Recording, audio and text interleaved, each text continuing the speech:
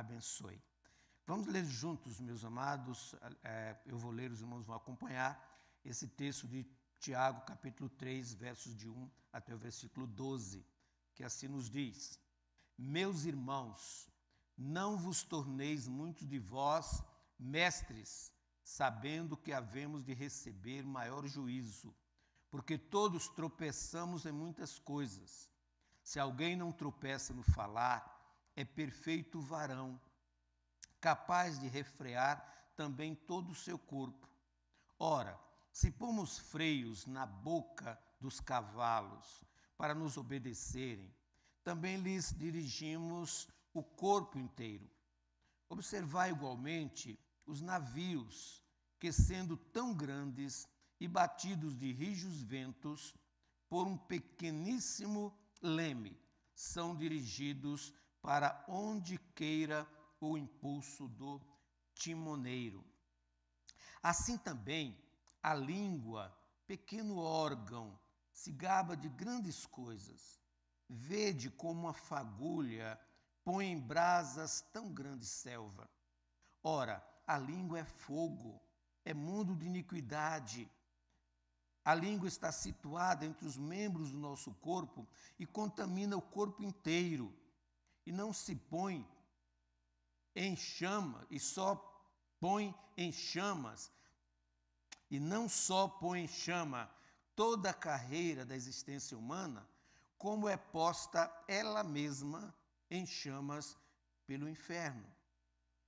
Pois toda espécie de feras, de aves, de répteis e de seres marinhos se doma e tem sido domada pelo gênero humano. A língua, porém, nenhum dos homens é capaz de domar. É mal incontido, carregado de veneno mortífero. Com ela bendizemos ao Senhor e Pai. Também com ela amaldiçoamos os homens, feitos à semelhança de Deus. De uma só boca procede bênção e maldição. Meus irmãos, não é conveniente que essas coisas sejam assim. Acaso pode a fonte jorrar do mesmo lugar o que é doce e o que é amargoso?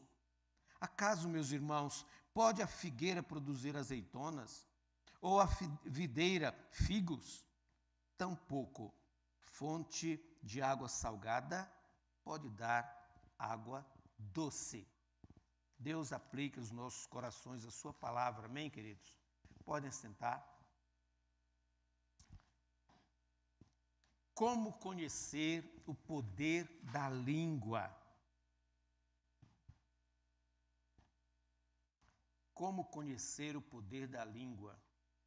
Estamos estudando às quintas-feiras, em nossa quinta de oração e de estudo bíblico, a carta de Tiago, em comentário expositivo do teólogo e escritor reverendo Hernandes Dias Lopes. O livro está ao alcance na internet, em PDF também, e eu mandei a cópia para os irmãos da igreja. Quem não recebeu e desejar pode entrar em contato com o pastor, que envio aos irmãos, sem nenhum problema. Nós temos sido ricamente abençoados nesse estudo. Aqueles que têm acompanhado de forma online, temos sido muito abençoados nesse estudo. Deus tem falado aos nossos corações. Segundo o autor, a carta de Tiago é um dos livros mais importantes para a igreja contemporânea. É um livro prático, não é um livro teológico, não é um livro de doutrinas teológicas, mas é um livro de vida prática. É um livro que orienta a maneira prática como o cristão deve aplicar a teologia na sua vida diária. Dentre os estudos que nós estamos fazendo, nós trabalhamos nas últimas quintas-feiras, esse estudo aqui, o poder, como conhecer o poder da língua, né? Como conhecer o poder da língua. Com a permissão daqueles irmãos que já ouviram o pastor, e que pode dizer de novo o pastor, né? Mas com a permissão desses irmãos, eu quero compartilhar com a igreja com os irmãos aqui presentes e também com aqueles que estão online, com aqueles que irão acessar posteriormente, porque os irmãos vão encaminhar o link a outras pessoas. Eu quero, inclusive, pedir ao Levi para depois separar esse sermão, esse estudo, numa mensagem separada, para ficar mais fácil para a gente encaminhar aos nossos queridos. E com a permissão desses irmãos, nós queremos compartilhar esse texto, esse desafio do apóstolo Tiago, particularmente neste capítulo 3. Como conhecer o poder da língua. O pastor Hernandes começa o seu comentário, ele destacando, fazendo uma comparação entre a boa e a má palavra. O efeito da palavra boa e o efeito da palavra má. Ele diz que a palavra boa é como medicina. Ela traz cura. Uma pessoa abatida, triste, desanimada, frustrada da vida, desesperada muitas vezes, angustiada, umas vezes atormentada, ela pode receber uma palavra boa, uma palavra agradável, uma palavra de ânimo e poder assim encontrar esta alegria, esse gozo e ser abençoada. Ela receber esse bálsamo do céu na sua vida e assim ter um novo ânimo, né? Eu tinha ouvido de pessoas que dizem, olha, eu não compartilho meus problemas com determinadas pessoas porque eu termino a conversa muito mais abatido, muito mais triste do que eu comecei. Então eu prefiro não compartilhar, porque é ruim quando você compartilha algo com alguém e essa pessoa diz, realmente é triste, você não vai conseguir isso, você, quer dizer, bota a pessoa mais para baixo ainda. Mas uma palavra alentadora, uma palavra animadora, eleva o nosso moral. Mas também há palavras que ferem mais do que espada afiada. E nós vimos isso no texto de Provérbios, né? Há palavras que ferem mais do que espada afiada. A Bíblia nos mostra um exemplo, dentre tantos outros, mas eu quero destacar, e o pastor Hernandes destaca esse exemplo, em 1 Samuel, capítulo 21 e seguintes, ele relata um episódio dramático aqui, ocorrido na vida da nação israelita. Por que isso? Observe que Davi tinha sido ungido rei, mas não para assumir imediatamente. Saul ainda continuava rei. E Saul estava alimentando um ódio mortal por Davi. Queria tirar-lhe a vida. Davi era seu genro, mas nem isso ele levava em consideração. Ele queria destruí-lo de toda maneira. E para fugir da perseguição de Saul, Davi teve que perambular pelo deserto. É interessante observar que ele, sendo ungido rei, ele não adentrou o palácio naquele tapete vermelho aguardando, não, ele teve que perambular pelas estradas poerentas da Palestina, fugindo do seu perseguidor Saul. Ele teve que morar até mesmo, que se refugiar até mesmo fora do território de Israel.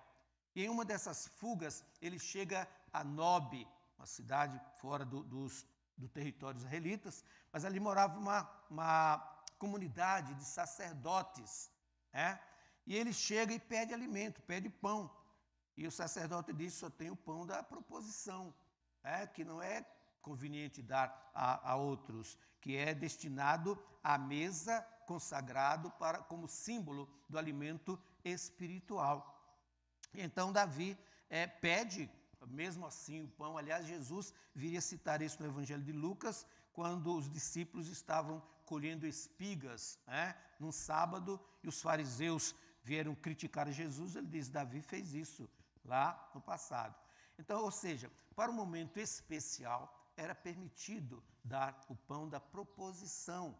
E depois de alguns questionamentos, o sacerdote então entrega a Davi os pães, e ele também pega ali a espada de Golias, com a qual ele tinha matado o próprio Golias e que estava ali com os sacerdotes. Ele sai com os seus homens em fuga, continuando a sua fuga.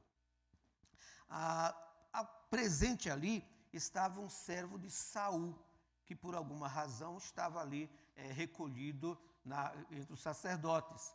E o seu nome Doeg, e ele ouve aquela história toda e ele sai ao encontro de Saul e envenena Saul com uma história completamente diferente, dizendo que Davi e o sacerdote, Aimeleque, estavam se mancomunando contra Saul.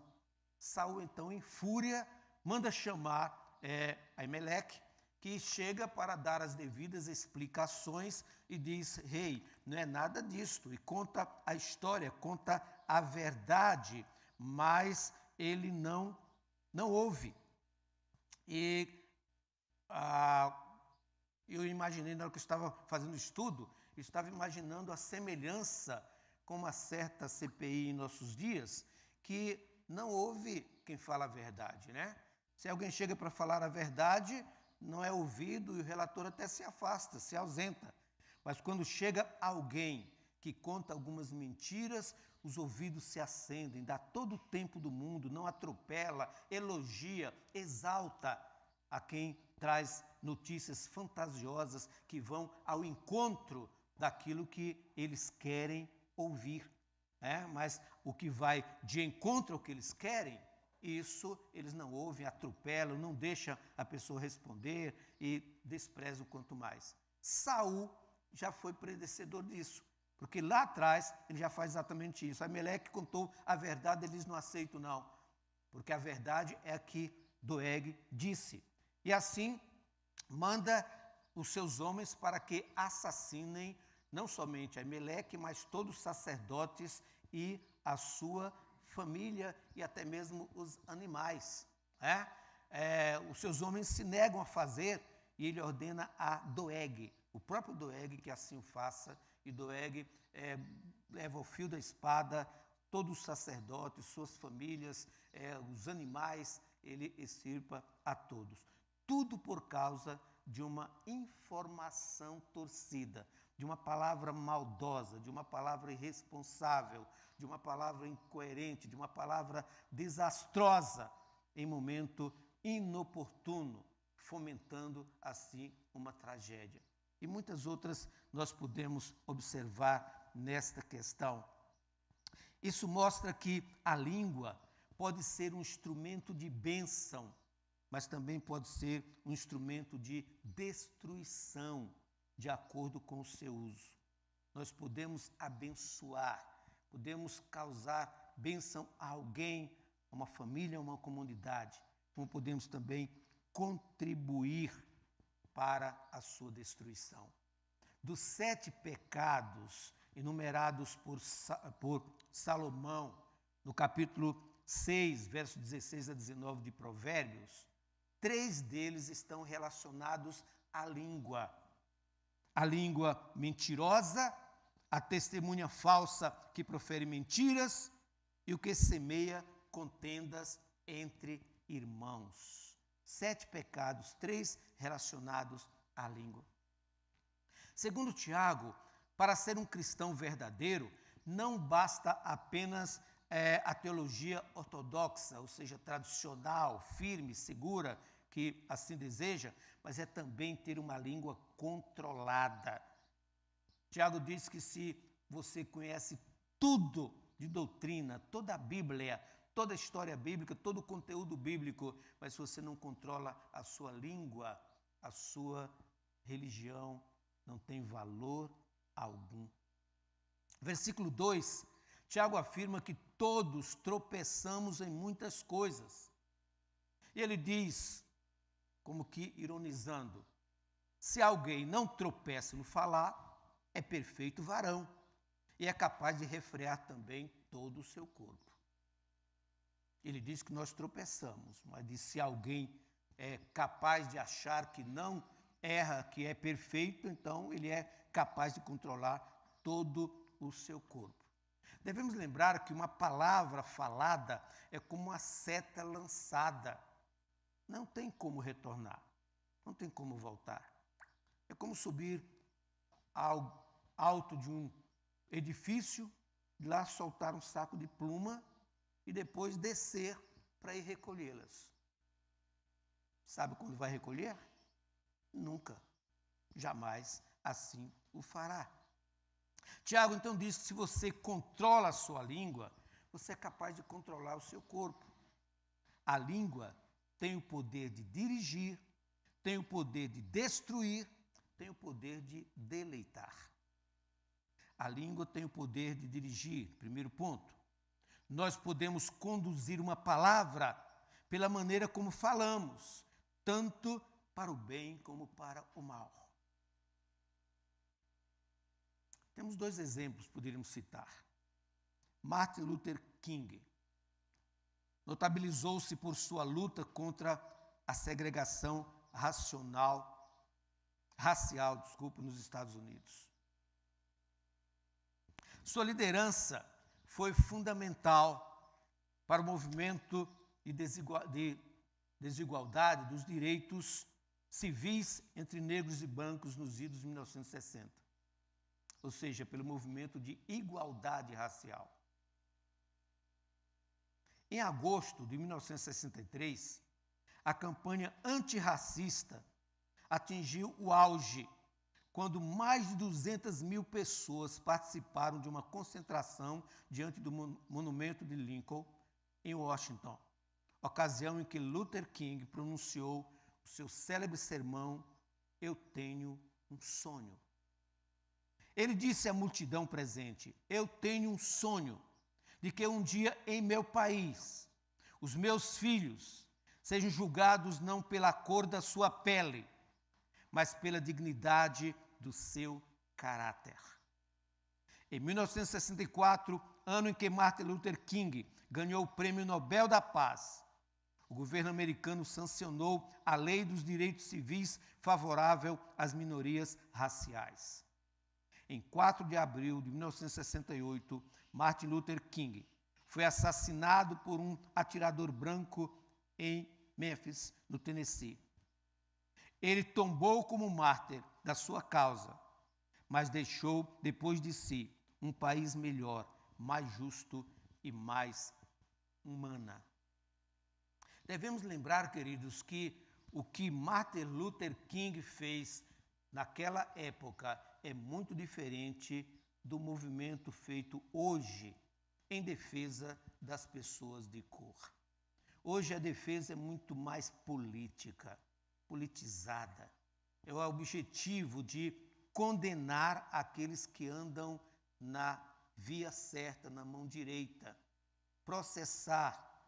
Agora mesmo soubemos de um padre que está sendo processado porque mostrou na Bíblia, a palavra de Deus, que Deus fez homem e mulher, macho e fêmea, os criou. Então está sendo processado por preconceito, ou seja, nós não temos direitos mais de defender os nossos direitos.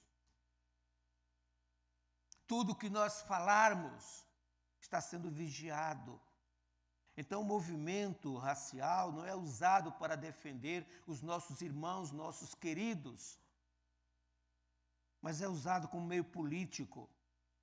Não é usado para defender as pessoas de posição diferente em termos sexual, mas é para condenar, para perseguir aqueles que defendem a palavra de Deus, a Bíblia Sagrada, os ensinamentos sacros. E nós continuaremos defendendo a palavra de Deus.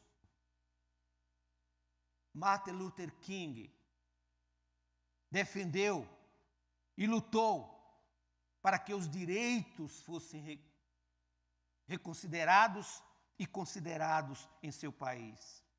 Nós precisamos continuar lutando para que os nossos direitos sejam preservados, principalmente o livre direito de proclamar Jesus Cristo como Salvador pessoal e proclamar a palavra de Deus como verdade absoluta, não é palavra relativa. A Bíblia não tem que ser relativizada. A Bíblia não tem que ser adaptada às circunstâncias de hoje. O hoje é que tem que se adaptar à palavra de Deus. Nós precisamos proclamar, precisamos ser sábios na proclamação da palavra do Senhor. A língua também pode induzir as pessoas à prática do mal. E um exemplo que ficou na história, Adolf Hitler. Era um orador que eletrizava as massas e com seus discursos conduzia multidões inteiras à loucura e às práticas extremamente cruéis e desumanas. Ele usou sua oratória para levar a Alemanha à guerra. Suas ideias foram despejadas como ácido do inferno sobre a mente do povo alemão. Filmes como O Holocausto e O Pianista retratam a realidade perversa da destruição em massa do povo judeu nos campos de concentração nazista. A língua tem o poder de dirigir tanto para o bem como para o mal. Tiago usa duas figuras para mostrar o poder da língua, o freio e o leme. Observe versículos 3 e 4. Quando colocamos freios na boca dos cavalos para que eles nos obedeçam, podemos controlar o animal todo. Tomem também como exemplo os navios. Embora sejam tão grandes e impelidos por fortes ventos, são dirigidos por um leme muito pequeno, conforme a vontade do piloto. Se você conduz freio na boca do cavalo, leva o cavalo para onde você quer. Ele é domado e você assim o faz. Tiago diz que assim é a língua. Se você consegue controlar a sua língua, também controlará os seus impulsos, os seus sentimentos, sua natureza, e poderá canalizar toda a sua vida para um fim proveitoso. Tiago usa também a figura do leme. Um navio sem leme, ele se espedaça nos rochedos, não tem controle. Tiago diz que se o leme pode conduzir um pesado navio, ele conduz também o nosso corpo. Ele assim também o faz com a nossa. E se nós não tivermos o controle, a medida, a semelhança do transatlântico sem destino, nós também nos despedaçaremos nas rochas da vida, nas circunstâncias que nos surgem. Nós precisamos controlar a nossa língua. Se não controlarmos a nossa língua, nós vamos nos destruir e vamos ainda destruir quem está perto de nós. Isso porque a língua tem o poder de destruir. Olha o que diz Tiago, no capítulo 3, versículos 5 e 8.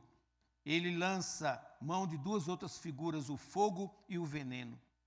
Semelhantemente, a língua é um pequeno órgão do corpo, mas se vangloria de grandes coisas. Vejam como um grande bosque é incendiado por uma simples fagulha. Tiago diz que uma simples fagulha incendeia uma floresta. Um toco de, chamo de guimba, né? Toco de cigarro, lançado à margem da estrada ou em outro lugar, quantos desastres tem feito? Às vezes sem pretensão, o cara fumante lá, lançou ali e foi embora. E o fogo se incendeia, perde o controle. Muitas vezes nossas palavras impensadas, muitas vezes não temos a maldade de provocar um desastre, mas nós jogamos uma palavrinha irônica, uma palavra indevida, uma palavra maliciosa, e esta palavra vai causar um desastre. Por quê? Porque muitas vezes você falou perto de um maledicente, daquela pessoa que tem prazer em incendiar, que tem prazer em contar, em passar adiante. E diz o provérbio popular que quem conta um conto aumenta um ponto. Nunca a palavra chega no final como ela começou. Ela começou dizendo que o fulano jogou um toco de cigarro e queimou ali. E ela termina lá no incêndio, destruindo cidades e mais cidades. Causa na realidade, mas muitas vezes a informação, ela faz esse mesmo estrago algo sem muita pretensão, e vai causar um estrago tão grande na vida de pessoas. Quantas famílias já têm sido destruídas por causa de uma difamação, de uma palavra maldita, de uma informação irresponsável, em que esta informação passou de boca em boca e foi causar uma grande destruição da família. Quantas vidas inocentes já foram perdidas por causa de uma informação errada? Precisamos ter muito cuidado. O fogo que começa muitas vezes com uma pequena fagulha, depois se agiganta e alastra, torna-se indomável, deixa atrás de si grande devastação. Assim é o poder da língua. Onde um comentário maledicente se espalha, onde a boataria prospera e onde a fofoca se infiltra, como labaredas de fogo, vai se alastrando e provocando destruição. Assim como o fogo cresce, espalha, fere, destrói e provoca sofrimento, prejuízo e destruição, assim também é o poder da língua. O que Tiago está querendo nos alertar é que a língua tem o poder do fogo, o poder de destruir. No versículo 6, Tiago diz que a língua é fogo. Ele não diz que é como fogo, ele diz é fogo que destrói. Diz também que a língua é o mundo de iniquidade. 3 destaques nós podemos fazer nesse texto de Tiago. Primeiro, a língua é perigosa. Assim também a língua é um fogo. É um mundo de iniquidade colocada entre os membros do nosso corpo, contamina a pessoa por inteiro, incendeia todo o curso da vida, sendo ela mesma incendiada pelo inferno. A língua é fogo, é mundo de iniquidade. Ela coloca em destruição toda a carreira da vida humana. A língua corrompe, contamina, fermenta, joga uma pessoa contra outra. Não só põe em chamas toda a carreira da existência humana, mas também ela mesma é posta em chamas no inferno. Não só leva à destruição, como também será destruída. Em segundo lugar, Tiago diz que a língua é indomável. Versículos 7 e 8. Toda espécie de animais, aves, répteis e criaturas do mar doma-se e é domada pela espécie humana. A língua, porém, ninguém consegue domar. É um mal incontrolável, cheio de veneno mortífero. O homem, com seu gênio, consegue domar os animais do campo, os répteis e também os animais aquáticos. Doma todas as criaturas do ar, da terra e do mar, porém não consegue dominar a própria língua. O apóstolo Paulo, em Efésios 4, 29, exorta que antes de abrirmos a boca, nós precisamos avaliar se a nossa palavra é verdadeira, amorosa, boa e edificante. Nenhuma palavra torpe saia da boca de vocês, mas apenas a que for útil para edificar os outros, conforme a necessidade, para que conceda graça aos que a ouvem. 3. A língua é incoerente. Olha o que Tiago diz nos versículos 9 a 12. Com a língua bendizemos ao Senhor e Pai, e com ela amaldiçoamos os homens, feitos à semelhança de Deus. Da mesma boca procedem bênção e maldição. Meus irmãos, não pode ser assim. Acaso pode sair água doce e água amarga da mesma fonte?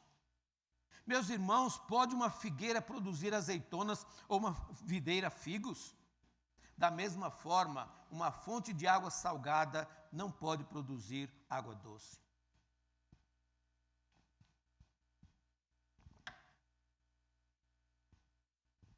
Você não pode encontrar numa mesma fonte água salgada e água doce. Poço aberto na sua casa, ou ele sai com água salgada ou com água doce. Água que vem na torneira, pelo menos a que nós usamos, é doce. Não vem salgada. Uma figueira não produz azeitona. A oliveira não produz figo. Como que na nossa boca pode sair louvor e maldição ao mesmo tempo? Como a boca pode estar na casa de Deus, louvando ao Senhor, exaltando o nome do Senhor, e ao mesmo tempo criticando tudo que é feito? E quantas vezes levando informações erradas na hora do culto mesmo? Ao lado de um para o outro, está vendo o que o pastor está fazendo? Está vendo o que o fulano está fazendo? Ah, sim, o pastor falou isso, tal, de você, sabia? Ah, sim, o irmão falou isso, mas aquilo. A mesma boca. Louvado seja o Senhor. Rei dos reis, Senhor. É o que Tiago está dizendo. Como é possível isso? Como é que pode uma vida redimida por Jesus, salva por Cristo Jesus, usar a sua língua ao mesmo tempo para abençoar e para amaldiçoar? Como pode sair da mesma fonte água doce e salgada? Isso é impossível. E Jesus viria confirmar quando disse que a boca fala o que está cheio o coração. Se o coração está cheio de maldade, não vai sair coisa boa da boca. Se o coração está cheio de bondade, não vai sair coisa má. Da boca de Martin Luther King, saiu palavras que abençoaram a nação americana. Da boca de Hitler, saiu palavras que destruiu nações. Seu coração, a sua mente, estava cheia de maldade. Isso não pode acontecer. A incoerência da língua está no fato de que com ela você bendiz a Deus e também amaldiçoa o seu irmão criado à imagem e semelhança de Deus. A língua é incoerente e contraditória. A língua tem o poder de deleitar. Terceiro item. Versículo 12. Meus irmãos, pode uma figueira produzir azeitona, uma videira figos? Da mesma forma, uma fonte de água salgada não pode produzir água doce. A língua tem o poder de dirigir, o freio e o leme, destruir, fogo e veneno, mas também tem o poder de deleitar. É uma fonte e uma árvore. Na Palestina, região árida e seca, quando se fala em fonte, fala-se de um oásis, de um lugar agradável, precioso. Alguém andando no deserto e vê um oásis, uma fonte de água, é como descobrir o maior tesouro. Se mostra alegria. Porque a fonte é o lugar onde os sedentos, os cansados, chegam e encontram alento, vida, força, coragem, ânimo para prosseguirem a caminhada da vida. Assim é a palavra boa, agradável. Ela traz alento em meio ao cansaço. Ela traz esperança em meio ao desespero. Ela traz vida no portal da morte. É bênção usar sua língua como uma fonte de refrigério para as pessoas, para abençoá-las, encorajá-las, consolá-las. É bênção dos céus. É privilégio de Deus usar a sua língua para ser canal de bênção. Concluindo, queridos, como você tem sido uma fonte de vida para as pessoas? É uma reflexão, é uma análise. Como nós temos usado a nossa língua? Como eu e você, como nós estamos usando? Enquanto eu estou falando aos amados, eu estou refletindo quanta coisa ruim já saiu da minha boca. Quantas palavras que não deveriam ter sido proferidas. Mas alegra o meu coração, porque quantas palavras agradáveis, boas, já foram proferidas da minha boca. Eu clamo ao Senhor para que a cada dia me ajude a dominar a minha língua. Sua família é abençoada com suas palavras? Seus filhos são abençoados com sua palavra? Você é aquele pai, aquela mãe que fala para o seu filho: você é um vagabundo, você não vai dar nada na vida, você não é ninguém. Ou você é aquele pai, aquela mãe que diz: meu filho, minha filha, Você errou, você falhou. Mas você é bênção. E você vai vencer. Você vai superar. Porque você é herança do Senhor. Você é bênção do Senhor. Se você já blasfemou, se você já amaldiçoou seu filho, sua filha, seus filhos com a sua palavra, de coração peça perdão a Deus. E abençoe o seu filho, a sua filha. Peça perdão ao seu filho, à sua filha. Por aquilo que você o fez, por aquilo que você falou que não deveria. Tenha humildade, quebrantamento no seu coração para pedir perdão a Deus e dizer: Deus, eu falhei no domínio da minha língua. Eu falei o que não deveria. E me ajuda a abençoar os meus filhos. Deus, eu pequei quando usei a minha língua para difamar de um irmão, para difamar do pastor, para difamar da minha igreja, que é tua igreja, para difamar da minha família. Eu pequei contra o Senhor, faltando o controle da minha língua. Mas eu quero pedir perdão, Senhor. Eu quero pedir que o Senhor me ajude a ser bênção a partir de agora. Eu não posso desfazer tudo que foi falado. A espada foi lançada. Mas eu posso fazer com que esses pecados cometidos sejam esquecidos, perdoados por aqueles a quem eu ofendi. E que a partir de então eu possa ser bênção. Tiago também compara a língua a uma árvore. Ele diz que o fruto alimenta, o fruto renova as energias, o fruto dá capacidade para vencer. E nós podemos alimentar as pessoas com uma palavra boa, vinda do coração de Deus, uma palavra de consolo. Nós podemos dar sabor à vida das pessoas pela maneira como nos comunicamos. Terminando então, cuide bem da sua língua. Use-a para a glória de Deus. Que o Pai nos conceda esta graça. Amém, queridos? Amém? Curve a sua fronte mais uma vez, diante do Senhor. Você que está no seu lar, com a sua família, que está também compartilhando desse momento, curve-se diante de Deus. À luz da palavra do Senhor, à luz do que foi proclamado.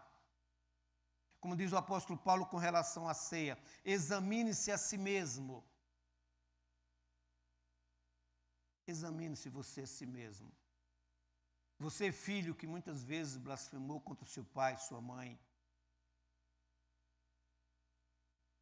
que joga sobre os seus pais a responsabilidade pelos seus atos, como se você não fosse responsável por si mesmo.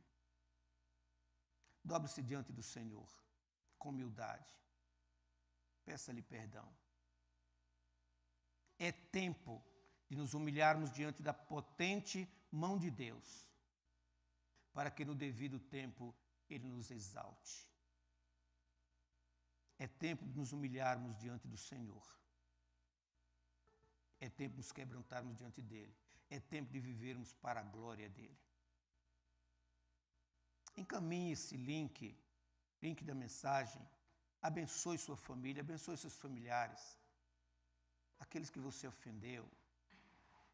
Aqueles que quem lhe ofendeu. Aqueles que não lhe ofenderam, mas aqueles que podem ser abençoados. Ó Deus, ó Senhor eterno, ó Pai maravilhoso, obrigado por esse momento de culto diante do Senhor. Obrigado, Pai, por esses momentos que nós podemos te ouvir. E queremos te obedecer, Pai. Queremos que o Senhor aplique os nossos corações à tua palavra.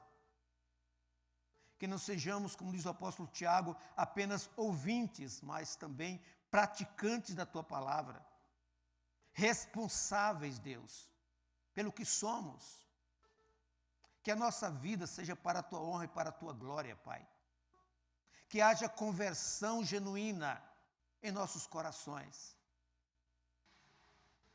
Conversão de crente, sim, porque o teu povo, Deus, era chamado a arrependimento e era teu povo. Nós somos teu povo, nós pecamos, nós precisamos de conversão. Converte os nossos corações diante de ti, Senhor, para que a nossa vida glorifique o teu nome. Tu és o nosso Deus. Perdoa-nos, santifica-nos, por amor da tua glória, da tua misericórdia. Que a graça do nosso Senhor e Salvador Jesus Cristo, que o amor de Deus, o nosso eterno soberano Pai, que as doces consolações do seu Santo Espírito nos conforte o coração, nos console a vida, abençoe a nossa família, derrame graça sobre todos nós, sobre a tua igreja, sobre as tuas igrejas, sobre essa nação, para a glória do Senhor, em nome de Jesus. Amém. Amém. Deus em Cristo.